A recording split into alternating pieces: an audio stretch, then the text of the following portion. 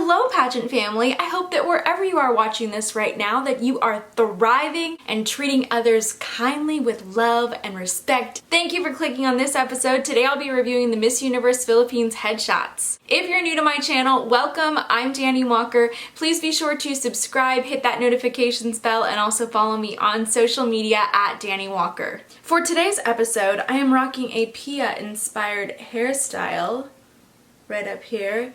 It's a very simple take on a classic pony with an angled part. I was just feeling it. When I saw this photo, I was like, yes. I'm trying it out here for all of you. Let me know what you think. Should I style my hair like this for an event? Comment ponytail down below if you're like, yes, you should wear it like this for something. First of all, these photos are so fabulous. I wish that they had things like this for contestants at Miss USA. I'm still really bummed that they got rid of the Fadil photo shoots.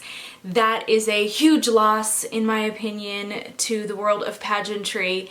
And all these photos that I was looking at were so model-esque that it really reminded me of America's Next Top Model. And then I started thinking, what if pageants were more like America's Next Top Model? And that got me really excited. And then I started thinking, what would Tyra Banks have to say about these? So this episode is going to be a montage of my thoughts as well as what Tyra would say about these images. I just want to say how phenomenal all of these images were. There really wasn't a bad one in the batch, and it was really hard for me to rank these, but for the sake of this video and for all of you out there, I did it. So without further ado, number 10 for my top 10 headshots is Eliza. She barely made my cut for this episode. Let me explain why. When I watched her in her contestant videos when I was reviewing Beyond the Coastlines, which you guys can check out right up here if you want to see that, I loved her in the videos. I thought that on camera she is so naturally beautiful. So I was expecting a phenomenal photo from her. But when I saw this image, I was a little bit disappointed. I just couldn't help but think, was that the best image of all the ones that were taken of her? The photo has her sort of in motion with her hair moving, which I actually like the movement in the hair. I'm a big fan of that. But I just thought the facial expression did not seem intentional. It seemed sort of like something where she was caught in the middle of a movement. But I am such a fan of her, so she still made my top 10. Tyra? You've got to focus, you've got to push, you can't rest on just being beautiful. Number 9 on my list is Tracy. I thought that she looks so beautiful here. Her facial expression is very soft. Her hair is blowing in the wind. I personally would like to have seen slightly less makeup on her for this image because I think she's pretty enough, but regardless of that, loved it. What do you think? Exquisite. You take beautiful pictures. Right? Number 8. Rabia. Yes, she is one of my favorite contestants. You will see her in my other episodes. I thought that this was a very beautiful image of her. I like that we see a little bit less eye makeup on her, and she just looks really nice and relaxed in front of the camera. So that's why she is making my list. Tyra, what are your thoughts? Amazing strong photo. In this room, the judges are feeling you. Personally, I love Xandra. I talked about her in my red carpet presentation video. For me, she was a standout. Obviously, her hairstyle is one of those things that's gonna help you to visually draw your eye towards her. But regardless of that, in this image, to me, she looks like a professional model. That's why she is on my list for one of the top 10 best headshots. Absolutely love it. But I'm no professional, so Tyra?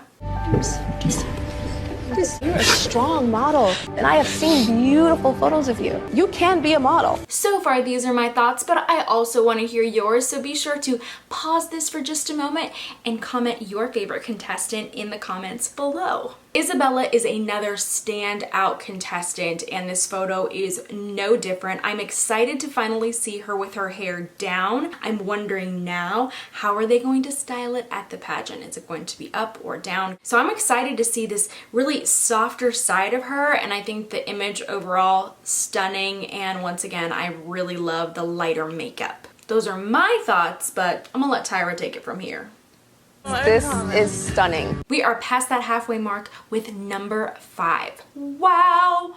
Once again, we have another contestant who literally looks like a model. She is also so beautiful. Some of you were bummed that I did not mention her in my part 1 for Beyond the Coastlines, but the reason for that was because I felt that she was so casual in the video that she was not showing us her competitive side, and that's what I was waiting to see from her.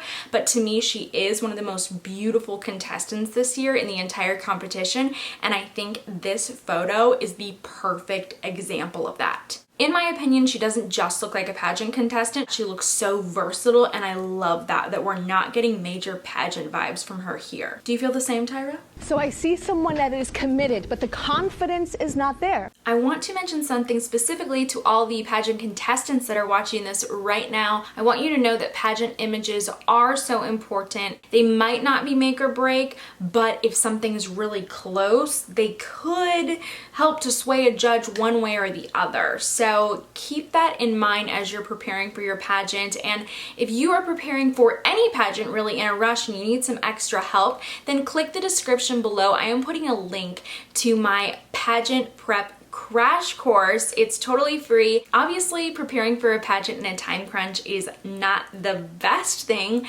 but it is something that happens sometimes. So that's why I created that pageant prep crash course that you guys can check out. So be sure to take advantage of that. Just click the description below. Now let's introduce candidate number 4, April. Okay, yes. Oh my gosh, stunning. This straight headshot is incredible. I feel like straight headshots are so hard because most of us don't have a symmetrical face, and hers looks so symmetrical here. Not that that's the most important thing ever, but it definitely is something that is very appealing in an image.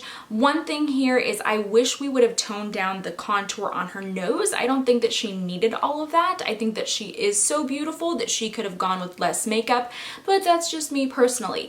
If we were doing some sort of glam photo shoot, then I'd be all about the heavier glam makeup. But when we see the contestants on a plain background, really natural type hair, and they don't even have wardrobe, there's no jewelry in any of this, then I'm expecting a softer sort of photo, and that's really what I'm looking for in terms of selecting a top 10 out of these headshots.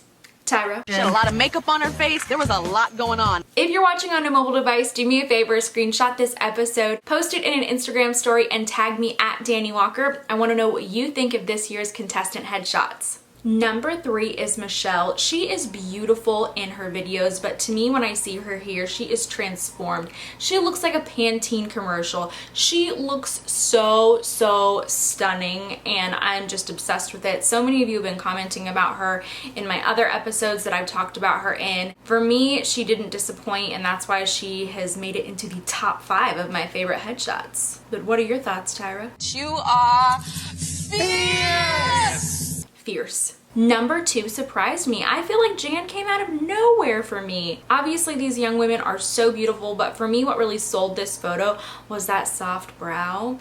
And hair and makeup, it's not everything, but it can affect the way that a judge perceives a contestant. For me, her soft fluffy brow was just working. I thought that it looked really natural. I think obviously she's very facially beautiful. I loved this headshot so much. To me, it looks ready for a beautiful hair care ad or something, some type of advertisement, but whatever it is, it's working for her, and she looks so stunning. That's why she has my number 2 headshot.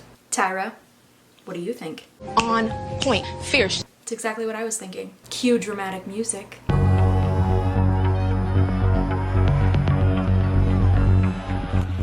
The most photogenic of Miss Universe Philippines 2020, according to me, is Maria Isabella.